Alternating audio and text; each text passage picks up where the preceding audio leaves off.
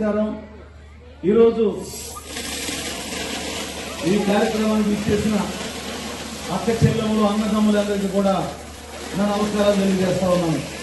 వేదిక అలంకరించిన పెద్దలు వి చంద్ర గారు మరియు ఇతర మన గ్రామ పెద్దలు సీతారాం గారు ఇతర ముఖ్యులందరికీ నా నమస్కారాలు తెలియజేస్తా ఉన్నాను. ఇంకా ఎలక్షన్ 3 రోజులు ఉన్నాయి. వచ్చే సోమవారం ఎలక్షన్లు.